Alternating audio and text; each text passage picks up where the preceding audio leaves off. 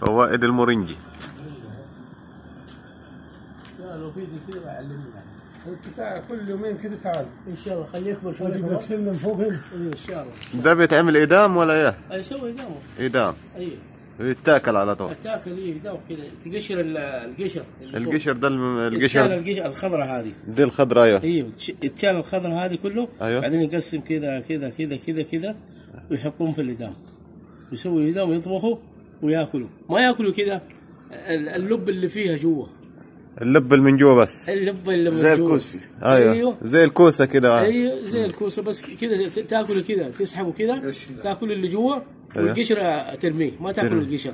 يعني الطيب بقشره على كده ولا ايه؟ هو شوف لما تطلع هذا التربيه هذا ايوه الخضره دي بتطلعه يتشال على طول. يتشال ايوه يصير ابيض. ايوه اللون يصير ابيض. تمام. بعدين تقصه كذا تحطه في الايدام ترميه في الايدام. سمك ما ادري ايش زي كذا. ايوه تمام. ما شاء الله خلاص يعني يصير ايش؟ طبيخ. تمام. وتاكل منها كذا مو اكل كذا يعني تحطه في تقشره زي الفول. زي الفول. قشره ايوه تقشره زي القشره كذا. ايوه وتاكل منها والله فيها فوائد كثير. ما شاء الله. جزاك الله خير. جزاك الله خير. الله يوفقك. فوائد المورينجا يا اخواننا. دي شجرة المورينجا. عليكم السلام ورحمة الله وبركاته.